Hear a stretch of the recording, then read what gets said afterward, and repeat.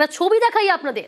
মহিলা কামরায় ছুরি হাতে যুবক, ক্যানিং লোকালে মহিলা কামরায় দাপাদাপি, ছুরি হাতে যুবকের, ছুরি হাতে দাপাদাপি, সেই ভিডিও ভাইরাল। দেখাচ্ছি আপনাদের সেই ছবি, সেই ভাইরাল ভিডিও। তালদি স্টেশন থেকে ট্রেনে ওঠে যুবক। ঠিক আছে, তুমি বলো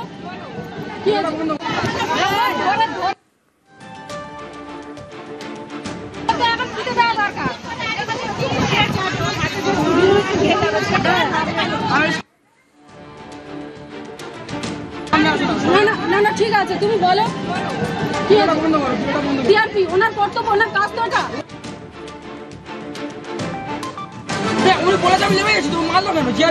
না না জিআরপি তা ওনার কাজ আমি করবে না, তাহলে তুমি ছুরি দেখাবে ওনাকে? ঠিক আছে চলো।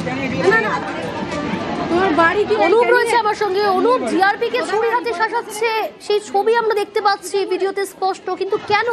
মানসিকভাবে সুস্থ তিনি?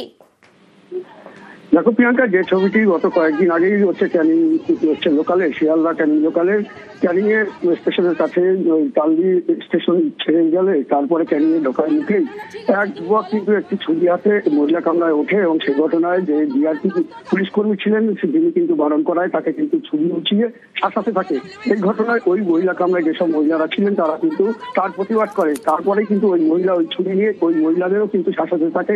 এই ঘটনায় কিন্তু ওই ট্রেনে থাকা যে হচ্ছে মহিলারা তারা কিন্তু যথেষ্ট আতঙ্ক ছড়িয়ে পড়ে ওই ট্রেনের মধ্যে। এরপরে কিন্তু ক্যানিং এ ঢোকার আগেই ওই ট্রেন থেকে হচ্ছে চলন্ত ট্রেন থেকে ওই যুবক কিন্তু লাফিয়ে চলে যায় বলে এমনই কিন্তু তারা জানায়। এই ঘটনায় রেল পুলিশকে জানালে বিআরপি কিন্তু ঘটনার তদন্তে নামে, তবে কিন্তু সেই যুবককে কিন্তু এখনো আটক বা গ্রেপ্তার করতে পারেনি। এই ঘটনায় যথেষ্ট কিন্তু আতঙ্ক রয়েছে এই মহিলা যাত্রীদের। তবে এক মহিলা যাত্রী তিনি জানিয়েছেন এই ঘটনায় তিনি রেল পুলিশকে জানিয়েছেন, তবে রেল পুলিশ দ্রুত ব্যবস্থা করলে তবে খুব খুশি তারা হয়। তেমন হঠাৎ তালদি থেকে একজন যুবক মানে ছুরি নিয়ে উঠেই জিআরপি বলছে যে এটা লেডিস।